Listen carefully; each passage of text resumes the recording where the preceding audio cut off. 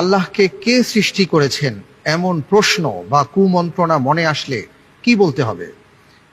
ক, আমানতু বিল্লাহ। খ, তাওয়াক্কালতু আলাল্লাহ। গ, নাউযু বিল্লাহ। খ, লা হাওলা ওয়ালা কুওয়াতা ইল্লা বিল্লাহ।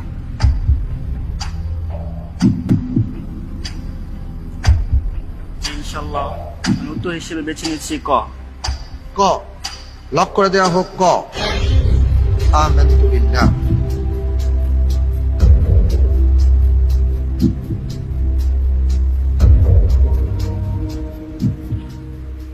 আপনি আমানতু বিল্লাহ এই শব্দটিকে কেন বেছে নিলেন? মন্তবিল্লাহ শব্দটার অর্থ হচ্ছে যে আমি আল্লাহর প্রতি ঈমান আনছি। শয়তান মানুষের অন্তরে সবসময় কুমন্ত্রণা দেয়। শয়তান চাই মানুষকে পদক্ষেলন করতে, চাই পথভ্রষ্ট করতে। যখন কোনো বাজে ধারণা বা কোনো খারাপ ধারণা মনের মধ্যে আসবে বা আল্লাহ সম্পর্কে কোনো সন্দেহ সংশয় চলে আসবে, তখন হাদিসে এটা আসছে যে আমন্তু বিল্লাহ